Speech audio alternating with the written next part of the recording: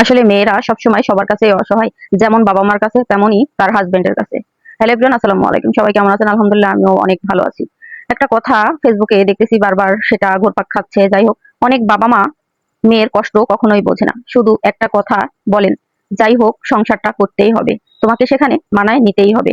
আজ একটা ঘটনা মনটা টুকরো টুকরো করে দিল। একজন মা, 4 সন্তানের মা, বাচ্চাদের জন্য রান্না করতেছিলেন। মাংস পাশে, আলু কেটে রাখা হাঁড়িতে চুলায় জাল জ্বলছিল। হয়তো ভাবছিলেন আজ বাচ্চারা খুশি হবে, পেট ভরে খাবার খাবে। কিন্তু সেই রান্না আর শেষ হলো না।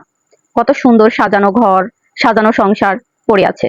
হঠাৎ আপুটার মায়ের ফোনে খবর এলো, আপনার মেয়ে সুসাইড করেছে। এই ফোনটা মেয়ের হাজবেন্ড করছিল। যে মেয়ে রান্না করছে বাচ্চাদের জন্য, সে নিজে গিয়ে জীবন শেষ করতে পারে না। সে মরতেও চায় না, তাকে মারা হয়েছে, শুধু মৃত্যুর নাম বদলে দেওয়া হয়েছে সুসাইড। সে মা বাবা বলেছিল হাজবেন্ড অনেক সময় মারবে, ধরবে, প্রচন্ড রাগারাগি করবে, তারপরও এই সংসার তোমাকে করতেই হবে, কেননা তুমি মেয়ে মানুষ। আজকে এখান থেকে তোমাকে নিয়ে আসলে অন্য জায়গাতে তোমাকে বিয়ে দিতেই হবে, এর থেকে খারাপ যদি হয়। সেই কথাই মায়েরা সবসময় মেয়েদেরকে বোঝায়। তারপরে সেই মেয়ে নিজেই বুঝে আবার সংসার করতেছিল, যে 4টা ছেলে মেয়ে রেখে আদৌ কি কখনো সংসার ছেড়ে দিলে সেখানে সুখ হবে? কিন্তু ওই যে বাবা মার শিক্ষা, যে তোমাকে এখানেই সংসার করতে হবে, কিন্তু বাবা মা কিন্তু মেয়ের কষ্ট কখনোই বোঝেনি। মা বলেছিল ধৈর্য ধরো, 4 সন্তান আছে, সংসার করো, সব ঠিক হয়ে যাবে একদিন। কেননা তুমি যদি সেখান থেকে চলে আসো, তাহলে তোমার 4টা সন্তান কিন্তু বাবাহারা হবে, বাপ থেকেও থাকবে না। তুমি কষ্ট করো, একদিন সুখ আসবে ইনশাল্লাহ। এটা ছিল একজন মায়ের কথা। আমরা মেয়েদের ক্ষেত্রে সবসময়ই এটাই বলি, বলি না? ধৈর্য ধরো, মেনে নাও, চুপ থাকো, একদিন দেখবে সবকিছুই ঠিক হয়ে যাবে। কিন্তু জানি না সেই ধৈর্য কবে মৃত্যুর দুয়ারে গিয়ে থামবে। আজ 4টা শিশু এতিম হয়ে গেল। তারা বুঝতেও পারছে না তাদের মা কোথায় চলে গেল। মেয়েদের জীবনে যেন সবসময় চুপচাপ লড়াই শুরু। দিনগুলোতেই হাসি, স্বপ্ন, সবকিছুই সাজানো গোছানো থাকে। তারপর ধীরে ধীরে সহ্য করতে করতে শেষ কোথায় যেন হঠাৎ ইতি টেনে দেওয়া হয়। কখনো হাত দিয়ে, কখনো সময় দিয়ে, কখনো সমাজের চাপ দিয়ে।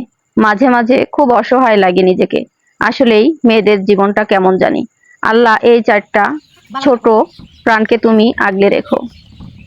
আর প্রতিটি মেয়েদেরকে দাও সেই সাহস, যাতে ধৈর্য ধারণ নামের মৃত্যুর দিকে ঠেলে না দেওয়া হয়।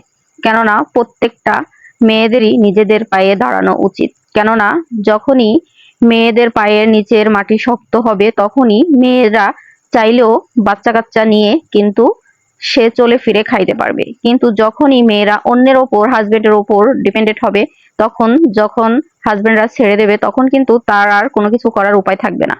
তাই আমি মনে করি প্রত্যেকটা মেয়েকেই নিজের পায়ে দাঁড়ানো উচিত, নিজের পায়ের মাটিটা শক্ত হওয়া উচিত। কেননা মেয়েদের দুঃখ কেউই কখনো বোঝে না, না বাবা মা, না আত্মীয় স্বজন, না শ্বশুর শাশুড়ি, না তার হাজবেন্ড। কেননা মেয়েদেরকে সবসময়ই পায়ের তলায় পিষে রাখতে চায়। মেয়েদেরকে কখনোই মানুষই মনে হয় না। তারা যখন ইচ্ছা, যেমন ইচ্ছা তেমন ভাবেই চালাতে চায়। আসলে মেয়েরা কি কারো হাতের পুতুল, যে তারা যেভাবে চাইবে সেটাই হবে?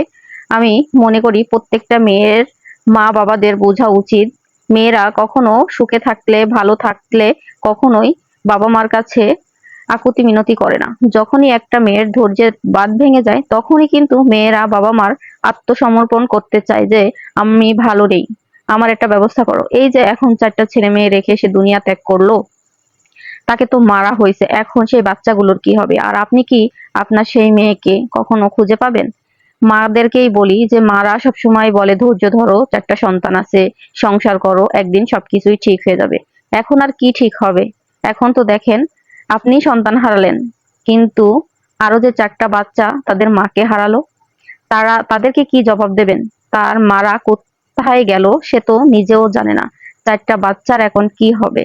আর যেই নরপশু এই মৃত্যুর জন্য দায়ী, তাকে কি শাস্তি দেওয়া হবে? আপনারাই বলুন কমেন্ট করে। সবাই ভালো থাকবেন, সুস্থ থাকবেন। আল্লাহ হাফেজ।